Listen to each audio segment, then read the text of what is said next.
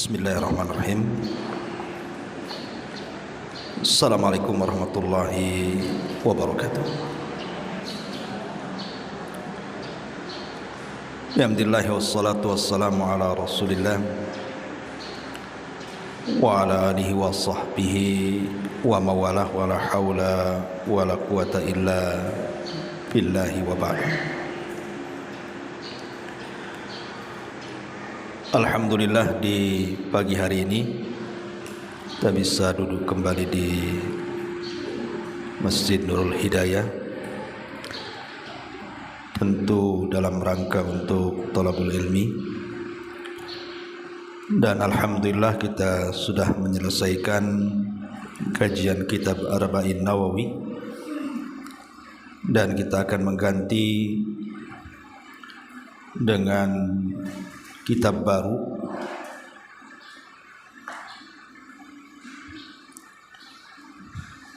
di mana kitab ini dalam versi Indonesia 175 Jalan Menuju Sorga, dan kitab ini dikarang oleh Naib bin Mamduh Al-Su'ud.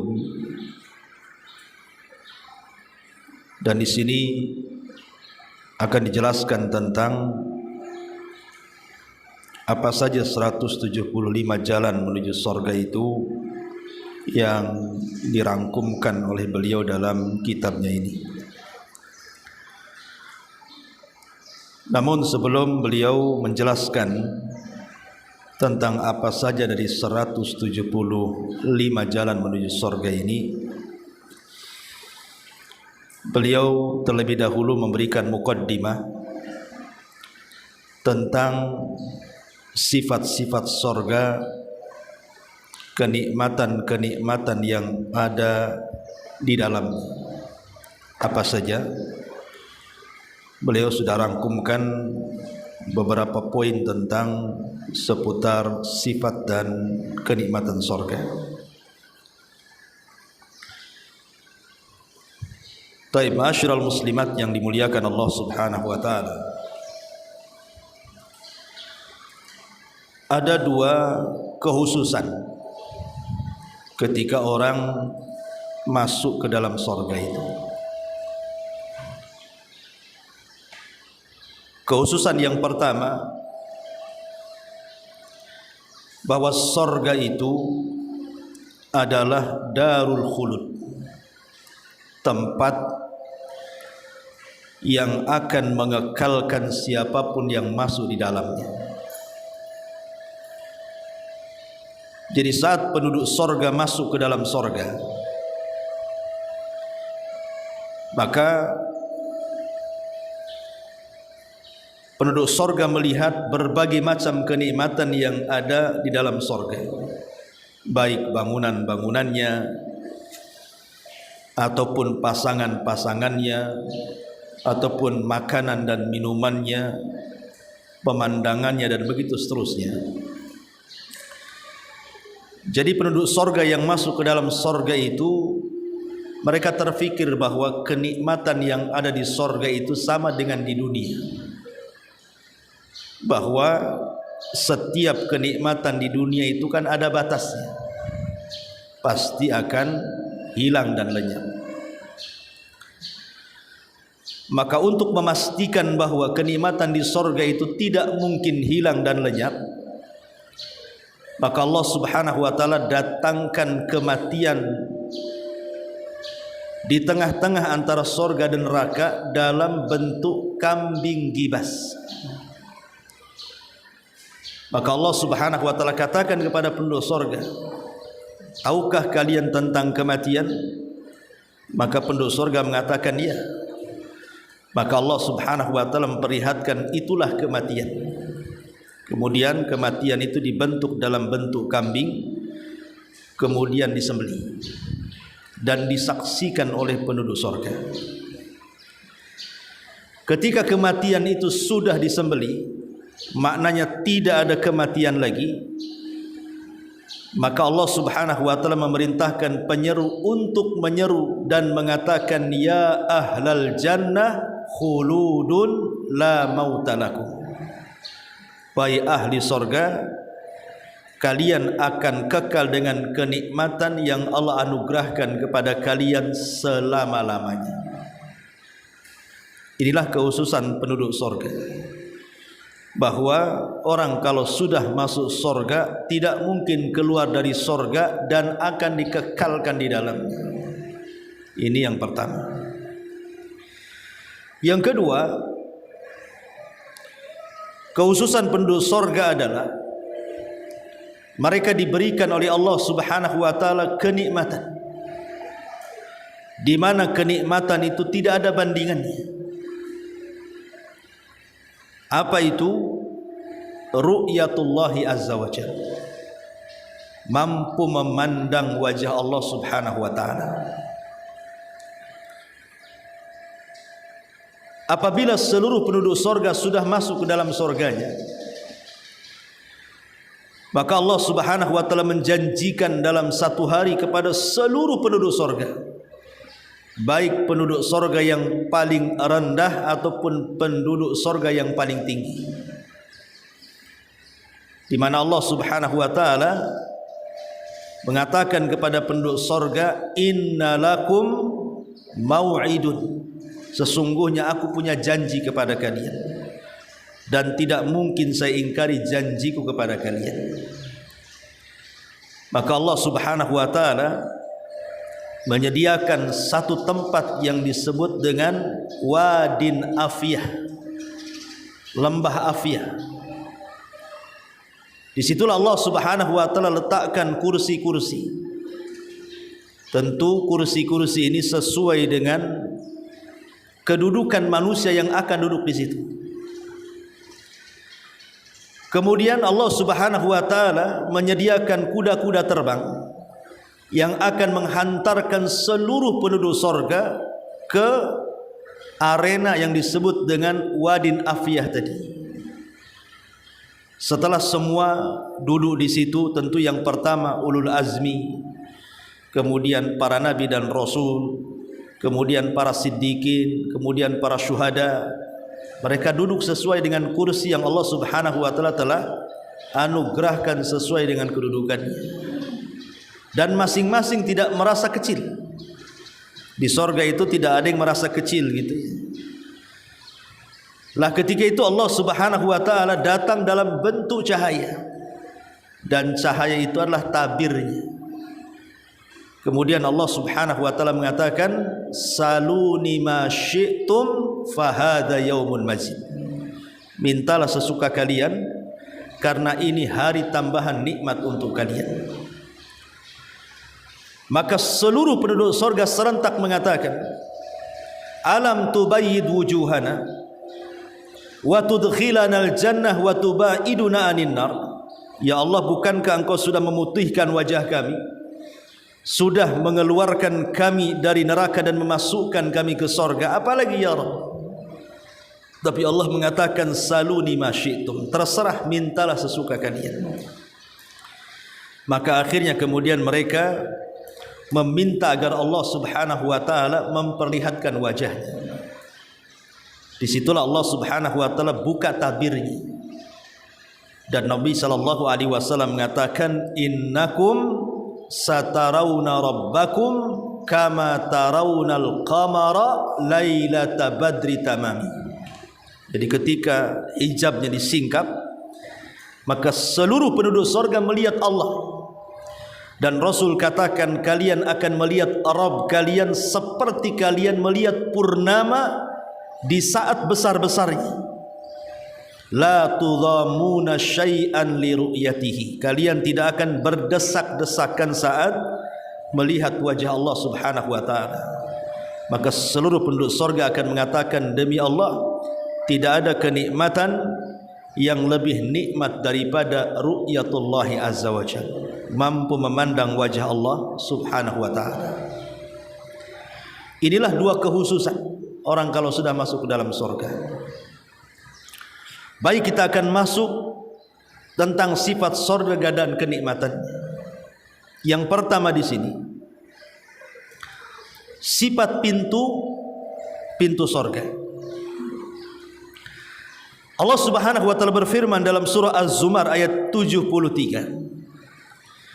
Wasiqal ladzina taqaw rabbahum ilal jannati zumara hatta idza ja'uha wa futihat abwabuha wa qala lahum khazanatuha salamun alaikum tibtum fadkhuluha khalidin. Dan orang-orang yang bertakwa kepada Rabb, dan orang-orang yang bertakwa kepada Rabb mereka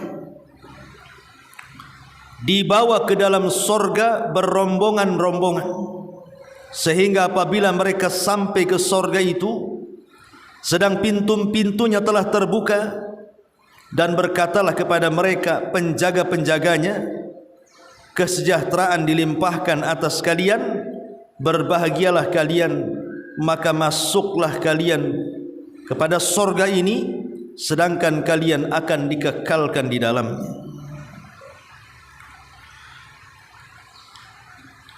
Kemudian Nabi SAW bersabda, kita tidak semua dalilnya kita baca, fil jannati thamaniyatu abwabin fiha babun yusamma rayyan la yadkhuluhu illa sha'im. Di dalam sorga ada 8 pintu. Di antaranya ada pintu yang diberi nama Ar-Rayyan, tidak akan dimasuki kecuali hanya orang-orang yang berpuasa. Dan Rasul bersabda, anna ma baina misra'aini min masari'il jannati masiratu arba'ina sanatan wa la ya'tiyanna 'alaiha qaumun wa hiya kadhidun minaz ziham. Sesungguhnya jarak antara 2 pintu dari pintu-pintu sorga adalah perjalanan 40 tahun. Sungguh akan datang satu hari dan dia bersuara bising karena ramai berdesak-desakan di pintu sorga. Ma'asyiral muslimat yang dimuliakan Allah Subhanahu wa taala. Jadi ketika manusia sudah selamat dari titian Shiratal Mustaqim, kemudian mereka masuk ke sebuah tempat yang disebut dengan Qantharah. Qantharah inilah tempat qisas.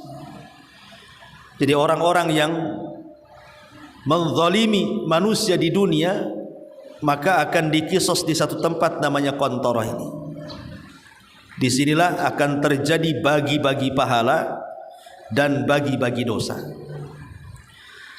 Apabila sudah selamat dari qisas ini, artinya masih adalah pahala yang tersisa pada orang tersebut, dan dia berhak melangkahkan ke pintu sorga, maka seluruh manusia akan berdesak-desakan di pintu sorga. Mereka nggak bisa masuk masalahnya. Bagaimanapun mereka hendak membuka pintu sorga, tidak bisa dibuka.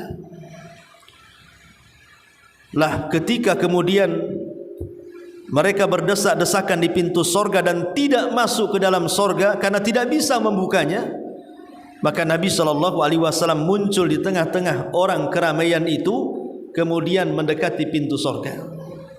Barulah Nabi SAW yang mengetuk pintu sorga itu. Kemudian malaikat Ridwan mengatakan, man, siapa kamu? Maka Rasul mengatakan, ana Muhammad, saya adalah Muhammad. Maka malaikat Ridwan mengatakan, bika umirtu alla aftaha hadzal bab min qablika. Kata malaikat Ridwan, karena wahai Muhammad, aku dilarang untuk membuka pintu sebelummu. Dari sini kata para ulama, inilah salah satu kekhususan Nabi SAW diberikan syafa'atun al-khasah, syafaat khusus. Apa itu? Di mana orang-orang yang divonis masuk surga, mereka tidak bisa masuk surga kecuali Nabi yang membukakan pintunya. Itu disebut syafaat khusus namanya. Karena Adam tidak bisa membuka pintu surga, padahal Adam pernah tinggal di surga. Bahkan seluruh para nabi dari kalangan ulul azmi sekalipun tidak bisa membuka pintu sorga. Hanya Nabi SAW yang mampu membuka pintu sorga dan diizinkan untuk membukanya. Makanya Rasul mengatakan, Ana awwal man aftatihu babal jannah. Sayalah orang yang pertama kali membuka pintu sorga. Lah ketika pintu sorga itu dibuka, di mana dijelaskan antara daun pintu dari pintu-pintu sorga itu sejauh perjalanan 40 tahun. Bayangkan Bu, jarak daun pintunya saja. Kalau ibu masuk rumah, paling tinggi jarak daun pintu itu paling 1 meter kan gitu. Atau mungkin lebihlah 1,5 meter, mungkin yang agak panjang. Lah ini pintu sorga ini lebarnya saja sejarak perjalanan 40 tahun. Itu sampai di mana Bu kalau jalan 40 tahun? Menunjukkan bahwa pintu sorga itu berupa gerbang yang sangat luas kan itu. Ya wajar karena sorganya saja selangit dan sebumi. Berdasarkan firman Allah Azza wa Jalla kan, wasari'u ila maghfiratin min rabbikum wa jannatin arduhas samawat wal ardh. Bersegeralah kalian mencari ampunan Allah karena sorga yang luasnya selangit dan sebumi. Ya tidak mungkin sorga seluas itu kalau pintunya sempit kan begitu. Ya tentu pintu juga akan disamakan dengan rumahnya. Maka jarak daun pintunya saja sejarak 40 tahun perjalanan. Dan masing-masing pintu sorga itu sudah ada para malaikat yang akan menyeru sesuai dengan kebiasaan ibadah di dunia. Jadi kalau seandainya kita di dunia ini ahli solat, maka para penyuruh dari pintu-pintu solat akan mengatakan, ya ahlas salah, wahai orang-orang yang pakar-pakar solat, masuk dari sini.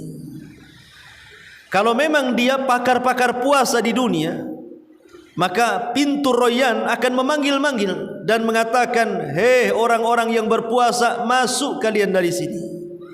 Kalau dia pakar jihad, maka akan dipanggil dari pintu jihad. Kalau dia pakar sedekah, maka akan dipanggil dari pintu sedekah. Dan begitu seterusnya. Dan ada juga orang-orang yang dipanggil dari semua pintu.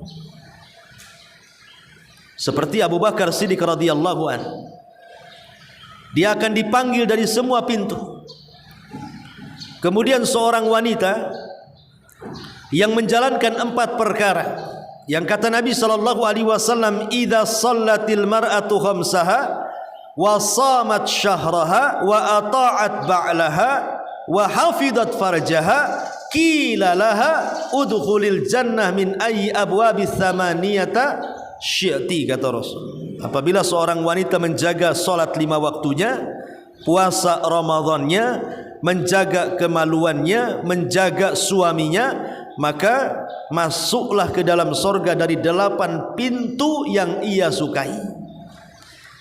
Jadi ada orang-orang itu yang dipanggil dari semua pintu. Tapi umumnya orang-orang yang masuk sorga itu disesuaikan dengan kebiasaan ibadah yang ia lakukan di dunia. Karena ada orang-orang yang mungkin mudah bagi dia solat kan Bu, solat sunnah mudah bagi dia, tapi giliran puasa tak bisa pula dia, laparan ya. Ada orang yang tahan puasa dia, walaupun tak sahur pun kadang-kadang dia tahan sampai maghrib tuh. Tapi bakhilan pula dia, suruh sedekah tak mau ya. Ada orang yang sedekah itu Masya Allah gitu, mudah sekali dia mengeluarkan uang untuk bersedekah, tapi dia tiduran, salat malam susah pula dia bangun ya. Ada orang yang salat malamnya mudah sekali bagi dia, nggak ada alarm pun dia bangun ya. Tapi mungkin untuk ibadah yang lain sukar pula dia. Nah dari sinilah maka manusia akan dipanggil sesuai dengan kebiasaan ibadah di dunia. Kalau dia ahli solat dipanggil dari pintu solat, kalau dia puasa dipanggil dari pintu puasa, kalau dia zakat dipanggil dari pintu zakat, dan begitu seterusnya. Inilah diantara pintu-pintu surga. Kemudian yang kedua, cara penghuni sorga masuk ke dalam sorga.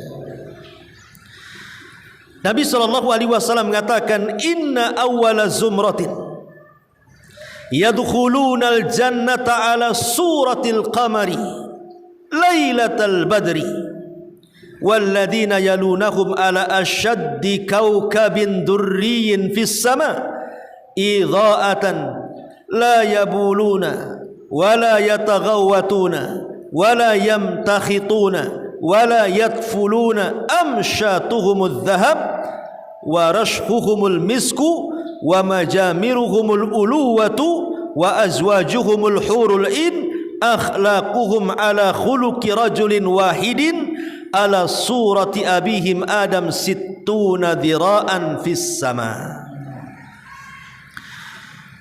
Kata Nabi SAW, sesungguhnya rombongan yang pertama kali masuk ke dalam sorga laksana rembulan di malam purnama. Sering saya katakan, Bu, kalau kita menggambarkan sebuah keindahan, mesti atau selalunya kita mempermisalkan dengan purnama, kan? Jarang dengan pepohonan, wajahmu seperti pohon mangga, kan? Nggak mungkin. Ya. Ataupun dengan rumah, wajahmu seperti rumah yang di Hook sana, gitu. Nggak mungkin juga, kan? Atau dengan tiang listrik, makin tak mungkin. Jadi orang itu kalau membayangkan sebuah keindahan, pasti sasarannya adalah bulan. Pasti sasarannya bulan, kan? Wajahmu seperti bulan, karena mungkin indah. Lah di sini Allah Subhanahu wa Rasul sallallahu alaihi wasallam ingin menggambarkan bahwa orang-orang yang masuk ke dalam sorga itu sangat indah sekali. Sangat indah, ya tentunya melebihi purnama. Ini kan sebuah permisalan. Ya, karena di dunia ini orang kalau membayangkan keindahan itu selalu jadi sasarannya bulan masalahnya. Jadi orang yang pertama masuk sorga itu indah sekali. Sangat indah sekali. Baru orang-orang setelahnya, kata Nabi SAW, rombongan yang masuk setelahnya, mereka laksana bintang-bintang yang sangat terang di langit. Itu rombongan kedua, kan gitu. Kemudian lihat bagaimana fisik orang yang masuk ke dalam sorga itu. Bukan seperti fisik ibu-ibu yang sekarang dah. Jadi fisiknya itu akan dirubah semuanya. Makanya di sini Nabi SAW mengatakan mereka tidak pernah buang air kecil. Mereka tidak pernah buang air besar. Mereka tidak mengeluarkan ingus dan tidak meludah. Sisir mereka adalah terbuat dari emas. Keringat mereka adalah minyak kasturi. Tempat buhur, maksudnya minyak wanginya mereka adalah batang-batang kayu gaharu India.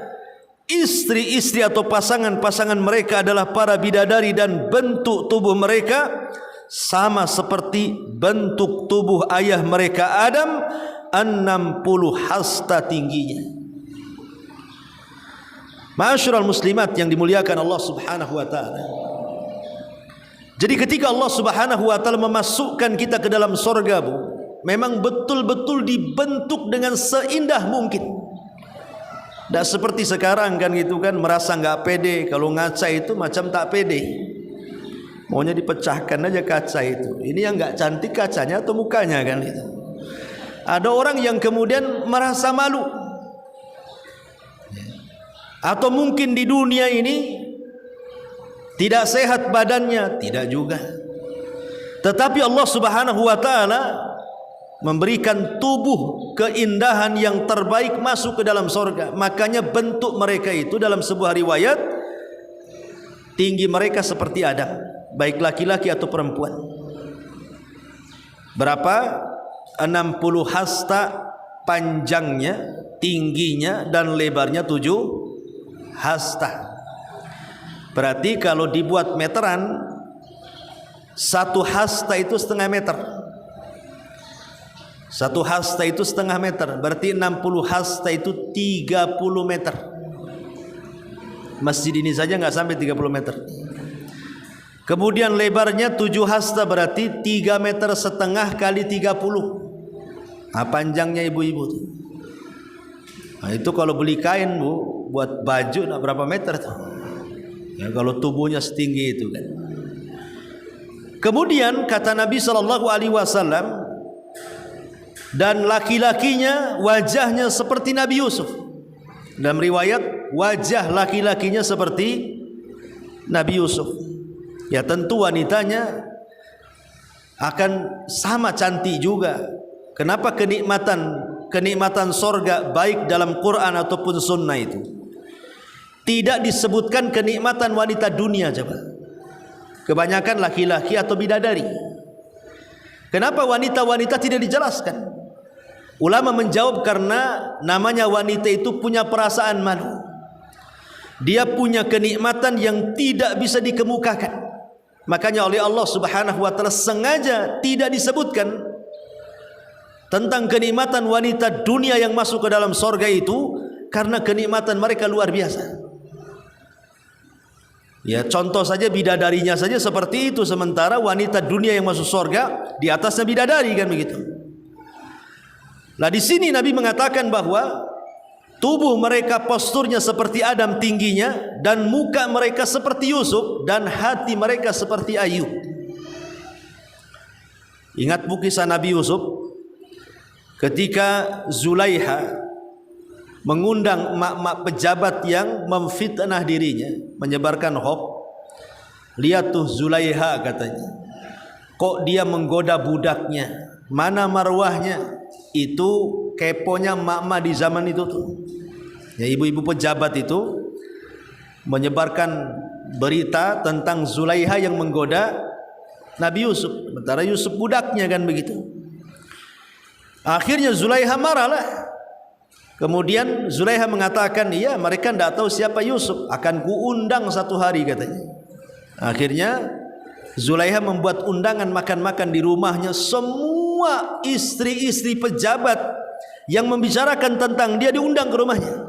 Ada yang mengatakan sampai 40 orang, ada yang mengatakan sampai 60 orang. Kemudian dijajarkan buah-buahan.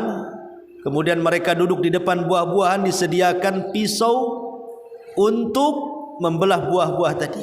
Kata Zulaiha, ambillah buah kalian dan pisau tersebut. Masing-masing sudah megang buah dan pisau itu. Kata Zulaiha, wahai Yusuf, masuklah engkau, berjalanlah di tengah mereka. Maka Yusuf pun keluar. Apa kata wanita-wanita yang hadir di situ? Ma hadza basharun in hadza illa malakun karim, katanya. Ini bukan manusia ini, katanya. Ini malaikat ini. Sambil kemudian Allah katakan faqatta'na aydiyahun. Bukan kotoa tapi kotok, itu pakai tasdid. Artinya bukan satu irisan, tapi mengiris-iris jarinya. Dan tidak terasa karena melihat ketampanan Nabi Yusuf gitu. Lah kalau di dunia saja kisahnya Nabi Yusuf itu mencengangkan semua para wanita, maka suami-suami ibu yang masuk ke dalam sorga ya seperti itu ketampanannya. Dan hatinya seperti Ayub. Ayub itu sabar gitu kan, tidak pernah mengeluh. Penduduk sorga itu tidak ada yang mengeluh. Kita di dunia ini sebentar-sebentar mengeluh kan gitu. Sebentar-sebentar mengeluh. Setiap ketemu ngobrolnya mesti mengeluh. Gimana ya saya ya? Nanti besok ketemu lagi. Aduh gimana ya? Terus itu ke hari-hari kita ini ketemu asih itu aja ya. Itu di dunia itu tiap jam mengeluh tuh. Tapi Nabi Ayub mengajarkan tidak pernah ada keluh kesah dalam hidupnya. Walaupun musibah menimpa loh. Macam-macam Nabi Ayub yang sudah saya ceritakan kan. Itulah hati penduduk sorga. Kenapa? Karena Allah mengatakan wa naza'na ma fi sudurihim min ghillin ikhwana. Kami cabut setiap kedengkian orang-orang yang masuk ke dalam sorga itu. Lah di sini Nabi SAW lihat bagaimana penduduk sorga itu luar biasa. Mereka tidak kencing, mereka tidak berak. Berarti di sorga itu tidak ada toilet. Ya, nggak ada toilet kan bu? Mau kencing untuk apa toiletnya? Kencing pun tidak. Mau buang hajat pun tidak. Lalu untuk apa toiletnya? Makanya kalau ada orang bertanya, Ustaz ada toilet di sorga? Ya enggak ada. Kencing pun tidak, mau berak pun tidak. Untuk apa toilet itu? Kemudian juga sesuatu yang menjijikkan di dunia kayak dahak, umbel bahasa kitanya, meludah, mana ada di sorga itu? Memang betul-betul dibuat bersih. Bahkan lebih daripada itu, walaupun mereka makan terus, minum terus, dan mereka tidak buang hajat, tidak buang hajat kecil ataupun besar, lalu bagaimana cara mengeluarkannya? Maka Nabi SAW mengatakan dengan dua cara. Kalau kita kan di dunia makan, minum, cara mengeluarkannya buang hajat kecil kencing atau buang hajat besar berak, kan begitu. Tapi di sorga itu dua cara. Pertama dengan sendawa, cara membuangnya itu dengan cara sendawa. Yang kedua dengan cara mengeluarkan keringat. Ya, itu cara membuang kotoran di badannya itu cuma dua, sendawa dan mengeluarkan keringat. Itu pun sendawa dan mengeluarkan keringat, baunya keringat itu warashuhumul misku, ya, seperti minyak kasturi. Kalau di dunia ini subhanallah, jangan lagi kotoran manusia, kan, kotoran binatang saja macam-macam kita ini jijik, bau dan begitu seterusnya. Begitulah keindahan sorga.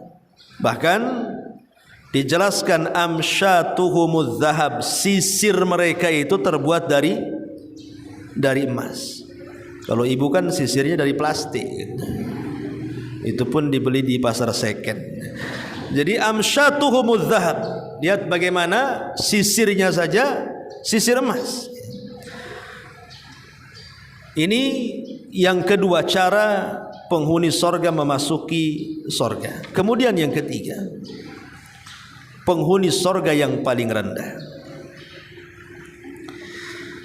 Rasulullah SAW bersabda, sa'ala Musa rabbahu ma adna ahlil jannati manzilatan, qala huwa rajulun yaji'u ba'dama udkhila ahlul jannatil jannah fayuqalu lahu udkhulul jannah fayaqul ay rabbi kaifa wa qad nazala an-nasu manazilahum wa akhadu akhadatihim fayuqalu lahu atarda an yakuna laka mithlu mulki malakin min mulukid dunya fayaqulu raditu rabb fayaqulu laka dhalika wa mithluhu wa mithluhu wa mithluhu wa mithluhu faqala fil khamisati raditu rabb fayaqulu hadha laka wa asharatu amthalihi wa laka mashtahat nafsuka wa ladzat aynuka fayaqulu raditu rabbi qala rabbi fa'alamuhum manzilatan qala ulaika alladhina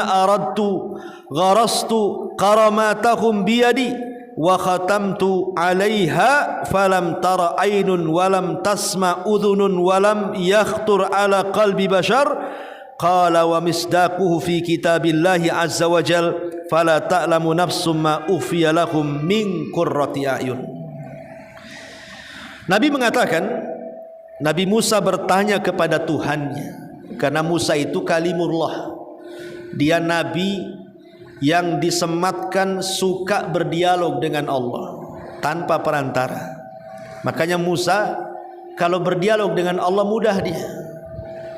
Jadi Nabi Musa ini bertanya kepada Rabbnya, siapa penduduk sorga yang paling rendah kedudukannya wahai Rabb? Maka Allah menjawab, dia adalah seorang yang datang setelah seluruh penduduk sorga dimasukkan ke dalam sorga. Maka dikatakan kepadanya, masuklah kau ke dalam sorga. Orang ini menjawab, wahai Rabb, bagaimana caranya? Semuanya orang telah menempati tempat-tempatnya masing-masing dan telah mengambil bagiannya. Jadi seolah-olah orang yang terakhir keluar dari neraka dan terakhir pula masuk sorga ini, seolah-olah sorga sudah penuh, sudah nggak ada lagi tempat untuk dia, begitu kan? Dia terpikir seperti itu, ya. Maka dikatakan kepadanya, apakah kamu suka jika memiliki kerajaan seperti yang dimiliki seorang raja dari kalangan raja-raja dunia? Sebutkan kamu suka ingin seperti raja siapalah yang enak, Raja Sulaiman, Raja Dzulqarnain, atau raja siapa kan itu? Dia menjawab, tentu aku suka wahai Rabb. Maka Allah berkata kepadanya, kamu akan mendapatkannya, dan yang semisalnya, dan yang semisalnya, dan yang semisalnya, dan yang semisalnya. Pada yang kelima kalinya dia berkata, tentu wahai Rabb, aku suka wahai Rabb. Lalu Allah berkata, ini semua adalah untukmu, dan 10 kali lipat bagimu pula segala apa yang diinginkan oleh jiwamu yang menyenangkan pandangan matamu. Jadi serendah-rendahnya penduduk sorga itu, Bu, akan diberikan 10 kali lipat dari hayalannya. Jadi kalau saya katakan, ibu mau apa, silahkan menghayal, dan buat hayalan itu sampai puncak kepada hayalanmu. Sampai ibu oleng itu, sampai mikir hayalannya. Apa puncak hayalan ibu? Ingin punya apalah ibu itu? Ingin punya Batam, ingin punya Jakarta, hayalkan. Ketika sudah mentok hayalannya, maka Allah akan berikan 10 kali lipat dari hayalan kita. Itulah serendah-rendahnya penduduk sorga. Kemudian Allah Subhanahu wa taala berkata, Musa berkata, wahai Rabbku, siapakah penduduk sorga yang paling tinggi kedudukannya? Maka Allah mengatakan, mereka adalah orang-orang yang aku cintai. Aku menanam kemuliaan sorga mereka dengan tanganku sendiri, dan aku pula yang menjaganya. Sorga itu tidak pernah dilihat mata, tidak pernah didengar telinga, bahkan tidak pernah terlintas dalam hati manusia. Maka Rasul mengatakan, bacalah firman Allah Azza wa Jal, dan tidak seorang pun mengetahui berbagai nikmat yang menanti yang indah dipandang mata. Taib. Ma'asyiral muslimat yang dimuliakan Allah Subhanahu wa taala. Di sini Nabi sallallahu alaihi wasallam menjelaskan 2 golongan. Pertama, golongan orang-orang yang paling rendah, artinya orang yang terakhir masuk surga, dan golongan orang-orang yang paling tinggi yang telah masuk surga lebih dulu dibandingkan yang lainnya. Adapun orang-orang yang terakhir masuk ke dalam surga ini, Bu, dijelaskan dalam hadis yang lain. Jadi ketika Allah Subhanahu wa taala mengadab manusia di neraka tuh, jadi ada orang-orang yang diadab itu sampai betul-betul gosong, sampai berbentuk abu karena sudah terbakar semuanya. Maka kemudian abu itu diangkat oleh Allah Azza wa Jal, kemudian diletakkan fi nahril hayah, di dalam sungai kehidupan. Tiba-tiba kemudian berubah wujud menjadi manusia lagi. Masalahnya antara sungai kehidupan dengan neraka itu jaraknya masih dekat, dan dia trauma dengan neraka. Kemudian dari kejauhan dia menatap satu pohon. Pohon itu penuh dengan buah-buahan, dan di bawahnya ada mata air yang sangat jernih. Dan itulah umniyatu ahlin nar, keinginan penduduk neraka, ingin makan dari makanan sorga dan ingin minum dari minuman sorga. Itu umniyatu ahlin nar, keinginan penduduk neraka. Sebagaimana Allah mengatakan, wanada ahlun nari ahlal jannah, dan memanggillah penduduk neraka kepada penduduk sorga, an afidu alaina minal ma au mimma razaqakumullah, tolonglah berikan kepada kami setetes air sorga itu kepada kami, atau makanan yang Allah rizkikan kepada kalian. Tapi apa jawaban penduduk sorga? Innallaha harramahu ma'alal kafirin, Allah haramkan keduanya bagi orang kafir. Jadi umniyatu ahlin nar, angan-angan penduduk neraka itu ingin makan makanan sorga, ingin minum walaupun setetes air sorga. Itu angan-angannya penduduk neraka tuh. Jadi ketika orang yang terakhir masuk keluar dari neraka ini memandang ada satu pohon, di situ banyak buah-buahan, di bawahnya ada sumber air. Jadi dia mengatakan, ya Rabb, dekatkan aku ke pohon itu, dekatkan aku ke pohon itu. Maka Allah mengatakan, wahai hambaku, apakah setelah aku dekatkan kau ke pohon itu, kau janji tidak akan minta yang lainnya? Dia mengatakan, ya, yang penting dekatkan aku ke situ. Akhirnya didekatkan. Kemudian dengan lahapnya, lezatnya dia makan makanan dari buah-buahannya dan minum dari minuman di bawah pohonnya. Rupanya dari kejauhan ada pohon yang jauh lebih besar, lebih rindang, lebih banyak buah-buahannya, lebih jernih airnya. Dan dia terpikir, kalau aku di sini nanti buah-buahan habis, macam mana saya mau makan, katanya. Dia mengatakan, ya Rabb, dekatkanlah saya ke pohon yang sana, katanya. Kata Allah, bukankah sudah berjanji kalau aku dekatkan ke pohon ini kau tidak akan minta yang lainnya? Kata hamba ini, ya, ini untuk satu kali ini saja, dekatkan aku ke pohon itu. Didekatkan akhirnya ke pohon yang kedua. Setelah didekatkan ke pohon yang kedua, ada pohon lagi yang lebih besar daripada itu. Kemudian dia mengatakan, ya Rabb, dekatkan aku ke pohon yang sana, katanya. Lah, kata Allah, bukankah kau sudah janji kalau kau dekatkan ke sini, ini janjimu yang terakhir. Iya Rabb, tolonglah, ini janjiku yang terakhir, katanya. Baik, didekatkanlah ke pohon yang ketiga. Rupanya setelah pohon yang ketiga itu adalah pintu-pintu sorga yang sudah tertutup. Maka kemudian dia melihat dari celah-celah pintu sorga itu, macam mana kenikmatan sorga itu. Tiba-tiba dia mengatakan, ya Rabb, masukkan aku ke sorga, masukkan aku ke sorga. Kata Allah, bukankah kau sudah janji kalau aku dekatkan ke pohon yang ketiga, kau tidak akan minta yang lainnya, katanya. Akhirnya Allah subhanahu wa ta'ala gini saja, bagaimana kalau seandainya ku beri engkau kerajaan dunia? Bayangkan bagaimana nikmatnya kerajaan dunia. Aku akan kasih sesuai dengan hayalan. Maka dia menghayal. Setelah mentok hayalannya, maka Allah mengatakan, aku kasih engkau 10 kali dari hayalanmu. Dibukalah pintu sorga, dia masuk ke dalam sorga seolah-olah dia pula orang yang pertama kali masuk sorga, padahal yang terakhir itu.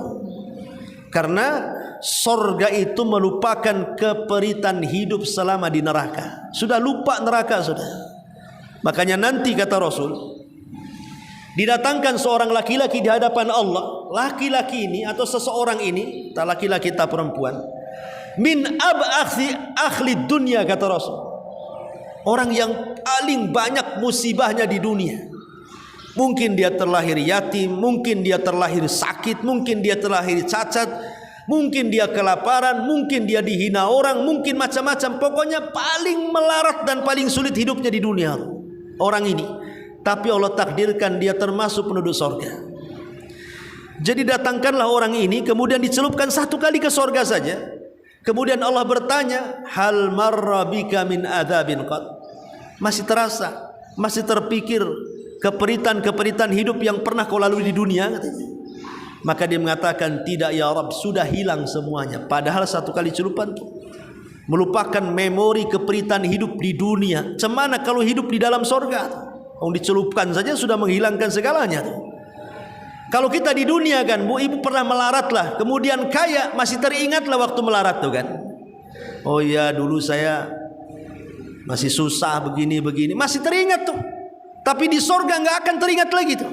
Betul-betul dihapus memori keperitan hidup itu. Itu saking indahnya sorga menghapuskan semuanya tuh. Makanya kemudian di sini Nabi SAW mengatakan, serendah-rendahnya orang yang masuk ke dalam sorga itu, dia menghayal dengan sepenuh hayalan, sementok-mentoknya hayalan, kemudian Allah berikan 10 kali lipat dari hayalannya. Nah, itulah serendah-rendahnya orang yang masuk ke dalam sorga. Tentu setinggi-tingginya, sebagaimana Nabi Musa alaihi salatu wasallam bertanya, fa'a'lahu manzilatan. Lalu yang paling tinggi itu cemana kenikmatannya? Maka Rasulullah SAW menjelaskan, kenikmatan orang yang masuk surga paling tinggi tidak bisa dilihat mata, tidak bisa didengar telinga, terbayang terlintas pun tidak bisa. Saking nikmatnya gitu maksudnya. Tidak bisa digambarkan. Kalau serendah-rendahnya orang masuk surga kan bisa itu digambarkan. Oh, 10 kali lipat dari hayalannya. Tapi orang yang paling tinggi masuk surga tidak bisa, ya, karena mata tidak pernah melihat, telinga tidak pernah mendengar, otak pun tidak pernah terbayang. Macam mana cara membayangkannya? Cukuplah di sini ketika Nabi SAW di sini mengatakan, fayaqulu hadza laka wa asharatu amsalihi walaka mashtahat nafsuka waladzat a'yunuka. Apa kata Allah Subhanahu wa taala? Aku akan beri engkau 10 kali lipat dari hayalanmu, dan engkau akan diberikan sesuka hatimu dan yang membuat lezat pandanganmu. Jadi kalau apa yang kita butuhkan, yang kita sukai di dunia, kemudian kita berhajat di sorga itu, Allah akan penuhi. Contoh umpamanya, ada orang yang berdialog dengan Allah dan mengatakan, ya Rabb, aku ingin anak, aku ingin seorang anak. Maka Allah Subhanahu wa taala mengatakan, bukankah semua yang dihajatkan kepadamu sudah terpenuhi? Maka seorang ibu ini mengatakan, tapi aku suka ingin anak, katanya. Maka Allah Subhanahu wa taala langsung mengabulkan dengan cara apa? Langsung membuat dia hamil, kemudian membuat dia lahir, kemudian membuat dia besar hanya dalam kedipan mata. Jadi tidak merasakan lelahnya hamil. Kalau di dunia kan lelah itu hamil tuh. Jalan saja susah, tidur aja susah, makan saja ya muntah-muntah, belum lagi melahirkan, meregang nyawa dan begitu seterusnya. Di surga enggak, hanya sekejap mata saja. Hamilnya sekejap mata, lahirnya sekejap mata, kemudian keluar anaknya sekejap mata. Ya, subhanallah tuh. Ya, itu kenikmatan yang luar biasa. Kemudian ada lagi yang mengatakan, ya Rabb, aku ingin bercocok tanam karena di dunia aku seorang petani, katanya. Maka Allah mengatakanlah, apa yang kau hajatkan? Semua buah-buahan tinggal makan, semua makanan tinggal pilih. Kenapa kau ingin bertani lagi? Dia mengatakan, ya Rabb, karena aku mencintai pertanian, katanya. Maka langsung dibentangkan ladang kepadanya, dikasihkan kemudian benih-benihnya. Dalam sekejap mata saja, mulai dari nanam, kemudian mengairi, tumbuh sampai berbuah, itu hanya sekejap mata saja. Tidak perlu kemudian sawahnya ditandur dulu gitu ya, diairi, irigasi dulu, ditunggu dulu, kemudian burung-burungnya diusir. Tidak ada, sekejap mata saja. Sampai ada orang ahli sorga itu melihat ke langit, di atas sorga itu ada burung, kemudian menginginkan daging burung itu. Baru keinginan ingin daging burung itu sudah ada depan kita, tinggal santap saja. Nah, kalau kita kan kadang-kadang ingin nih, umpamanya buka aplikasi kan, Gojek gitu ya, itu kan kesukaan ibu tuh, COD ya kan. Itu kan gambar macam-macam tuh di situ Bu, warung ini warung itu dengan gambar sekian-sekian. Tuh kadang-kadang Bu, yang dipesan sesuai gambar, yang datang itu tidak sesuai gambar tuh. Ya kan Bu, pengen ini nih, oh nampak nih sotong ini dimasak hitam nih, mantap tuh kan gambarnya. Datang pula tak jelas hitamnya. Kan ada tuh COD kan. Itu di dunia itu terkayang hayalan itu berbeda dengan kenyataan tuh. Kepengen makan ini, dia dipesan, yang datang pula lain gitu kan. Kadang-kadang rusak tuh ya, rasanya nggak jelas. Karena saya pernah juga kena seperti itu kan. Masya Allah, semua asin masakannya. Ini yang masa mau kawin lagi kayaknya. Jadi yang dibayangkan tidak sesuai dengan kenyataan. Lah di sorga tidak demikian. Makanya di sini Allah Rasul mengatakan, mashtahat nafsuka waladzat a'yunuka. Semua keinginannya akan dipenuhi, bahkan kelezatan matanya pun akan dipenuhi oleh Allah Subhanahu wa taala. Ini di antara penghuni sorga yang paling rendah. Kemudian yang nomor 4, tingkatan-tingkatan penduduk sorga. Nabi SAW bersabda, inna ahlal jannati latara auna ahlal ghurafi min fawqihim kama tatara aunal kawkaba dhurri al-ghabira min al-ufuq min al-mashriqi awil maghrib litafaduli ma bainahum. Qalu ya Rasulullah, tilka manazilul anbiya la yablughuha ghairuhum. Qala bala walladhi nafsi biyadihi rijalun amanu billahi wasaddaqul mursalin. Sesungguhnya para penduduk sorga itu akan berusaha melihat penghuni-penghuni kamar yang ada di atas mereka. Sebagaimana kalian berusaha melihat bintang yang terang bergelapan cahayanya di langit dari arah timur ataupun barat, karena perbedaan keutamaan amalan di antara mereka. Mereka para sahabat bertanya, wahai Rasulullah, apakah itu kedudukan para nabi yang tidak mungkin dapat dicapai selain mereka? Beliau sallallahu alaihi wasallam menjawab, tentu demi zat yang jiwaku ada di tangannya, mereka adalah orang-orang yang beriman kepada Allah dan percaya kepada para rasulnya. Jadi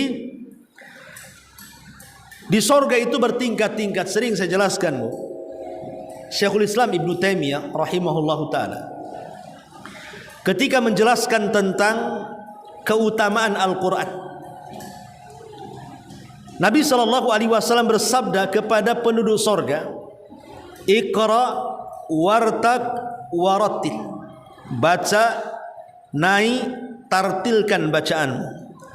Fa inna manzilataka inda akhiri ayatin taqrauha, karena kedudukanmu di sorga itu sesuai dengan ayat yang kau baca di dunia. Dari sini menunjukkan bahwa Al-Quran itu bukan hanya dibaca di dunia, tapi dibaca sampai di sorga. Jadi Quran itu sampai di sorga akan dibaca. Lah penduduk sorga itu ketika disuruh memilih tingkatan di sorga, mereka disuruh membaca Quran, Bu. Baca kau Quran, naik kau pilih tingkatanmu dengan diberikan rop-rop, kemudian semacam sayap di bahu kita, kemudian terbang sambil membaca Quran. Kemudian dia akan melewati berbagai macam tingkatan di sorga. Kata Rasulullah, maka akhir tingkatan yang engkau akan tempati berdasarkan akhir yang kau baca ayat ketika di dunia. Dari sini kita tahu bahwa tingkatan di sorga itu ditentukan dengan gemar dan tidaknya dengan bacaan Al-Quran. Jadi orang yang suka membaca Quran, apalagi menghafal Quran, berarti semakin gemar baca Quran, semakin tinggi tingkatan di sorga. Kata Syekhul Islam Ibn Taimiyah rahimahullahu ta'ala, beliau mengambil istimbat dari hadis ini bahwa kedudukan atau tingkatan di sorga itu sebanyak jumlah ayat dalam Al-Quran. Berapa jumlah ayat dalam Al-Quran? 6.232 sekian kan itu ya. Ya. Berarti 6.232 tingkatan. Ya, karena memang perselisihan ayat dalam Quran itu berapa kan itu ya. Sesuai dengan pakar-pakar qurra. Karena pakar-pakar ahli Quran Mekah berbeda dengan pakar ahli Quran Madinah, berbeda dengan ahli pakar Quran Kufah, berbeda dengan ahli pakar Quran Basrah, sehingga terjadi perselisihan berapa jumlah ayat. Tetapi tidak jauh-jauh perselisihannya, antara 6.200 sekian lah. Ya. Lah Syekhul Islam Ibn Taimiyah mengatakan bahwa tingkatan di sorga itu sebanyak ayat dalam Al-Quran 6.200 sekian. Lah satu tingkatan ke tingkatan berikutnya itu sejauh langit dan bumi. Satu tingkatan ke tingkatan yang kedua sejauh langit dan bumi. Nanti yang kedua, ketiga juga sama, ketiga, keempat juga sama. Berarti tinggi sekali itu. Ya. Jadi tingkatan-tingkatan itu banyak. Bahkan ada yang beristihad bukan hanya sejumlah ayat, tapi sejumlah huruf. Ya, sejumlah huruf 350.000 sekian kan itu ya, huruf dalam Quran itu. Kalau itu lebih banyak lagi tingkatannya kalau memang sebanyak huruf dalam Quran. Tapi yang jelas bahwa sorga itu bertingkat-tingkat, dan yang paling tinggi adalah sorga Firdaus. Itu paling tinggi itu. Makanya Rasul mengatakan, apabila engkau meminta sorga jangan tanggung-tanggung, mintalah sorga Firdaus, karena atapnya arsy Rahman, arsy Allah Subhanahu wa ta'ala. Dan ketika seorang sahabat meninggal dunia, Al-Haris kalau tidak salah meninggal dunia, masalahnya meninggalnya bukan di perang Badar, tapi sebelum peperangan dia kena panah, salah sasaran. Ada seorang mukmin, seorang sahabat mengira bahwa Haris ini musuh, kemudian dipanah mati. Belum terjadi perang Badar tuh, keburu kepanah kemudian meninggal karena salah sasaran. Jadi setelah perang Badar kaum muslimin menang kan? Maka ibunya bertanya, di mana anak saya? Anakmu gugur wahai ibu.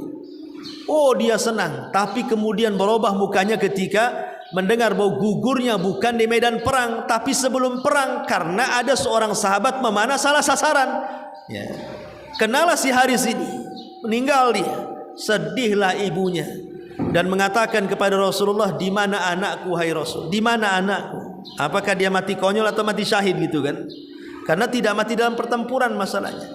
Maka Rasul kemudian menenangkan ibu, mengatakan, ya Umma Haris, wahai ibunya Haris, sesungguhnya anakmu berada di sorga yang paling tinggi. Sorga itu bukan satu tingkatan, tapi bertingkat-tingkat, dan anakmu berada di sorga Firdaus.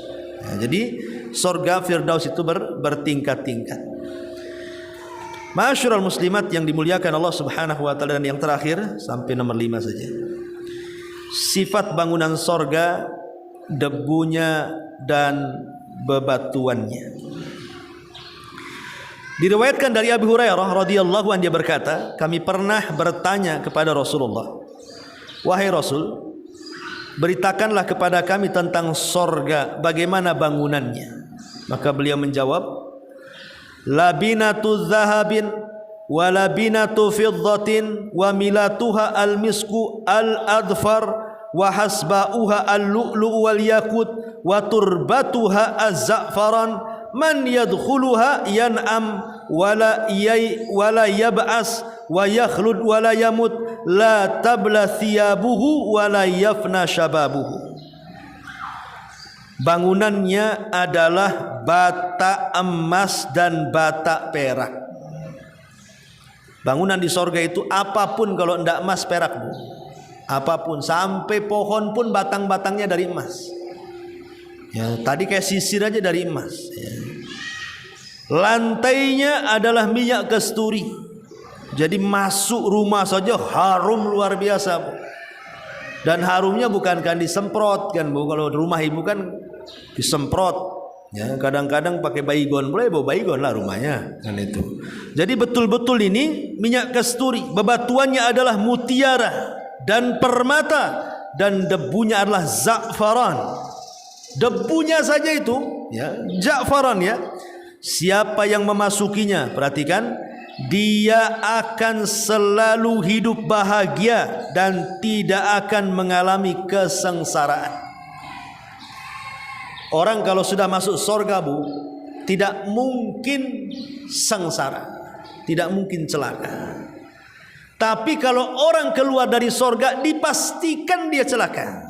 Orang kalau keluar dari sorga, dipastikan celaka, dipastikan banyak musibah. Makanya Allah Subhanahu wa taala ketika memperingatkan Adam dan Hawa dari was-was iblis, apa kata Allah? Fala yukhrijannakuma minal jannati fatashko. Hei Adam, hei Hawa, jangan sampai iblis mengeluarkan kalian berdua dari sorga, nanti kau celaka. Maknanya selama Adam dan Hawa di sorga, maka tidak akan mengalami kecelakaan, tidak akan mengalami kesengsaraan, tidak akan mengalami kesedihan. Tapi kalau sudah keluar dari sorga, dipastikan mengalami kecelakaan, dipastikan mengalami kebinasaan, dipastikan mengalami kesedihan. Kayak kita ini, karena kita tidak lahir di sorga, Bu, kita kan lahir di dunia nih. Maka 3 perkara ini tidak mungkin lepas dari kehidupan kita ini. Celaka, binasa, sedih, gundah gulana, macam-macam problem ada kan itu ya. Tapi kelak kalau Allah masukkan ke dalam sorga, hilanglah semua itu. Makanya di sini Rasul mengatakan, barang siapa yang memasukinya, dia akan selalu hidup bahagia dan tidak akan mengalami kesengsaraan. Kemudian dia akan kekal dan tidak akan mati. Kita ini kadang-kadang, Bu, dibayang-bayangi stres itu karena memikirkan kematian kan. Terutama ibu-ibu nih yang sudah 50 lebih, 60. Nah, itu kan biasanya stres tuh mikir mati itu. Ya, mikir mati, ya, asik jalan ke Tamiang sedih, mau nangis, takut mati kan itu. Jadi orang-orang kalau sudah tua tuh, Bu, emosionalnya kan tinggi biasanya. Biasanya emosional tinggi. Ketakutan-ketakutan itu akan mendekat kepada dia. Dan ibu akan rasakan lah usia-usia 60, 70 itu. Nanti biasanya perasaan takut itu akan ada. Bukan hanya takut masa depan gitu ya. Yang sudah berlalu saja dipikirkan dia. Terutama masa depan, macam mana kalau saya sakit, anak saya ngurus atau tidak, itu kepikiran tuh nanti tuh. Ya. Macam mana kalau saya mati, siapa yang ngurus saya? Ada aja kepikiran orang tua. Tapi di sorga di sini, maka dia akan dikekalkan dan tidak akan mengalami kematian, sehingga nggak takut mati lagi. Karena nggak mungkin mati orang masuk sorga itu. Kemudian pakaiannya tidak akan hancur dan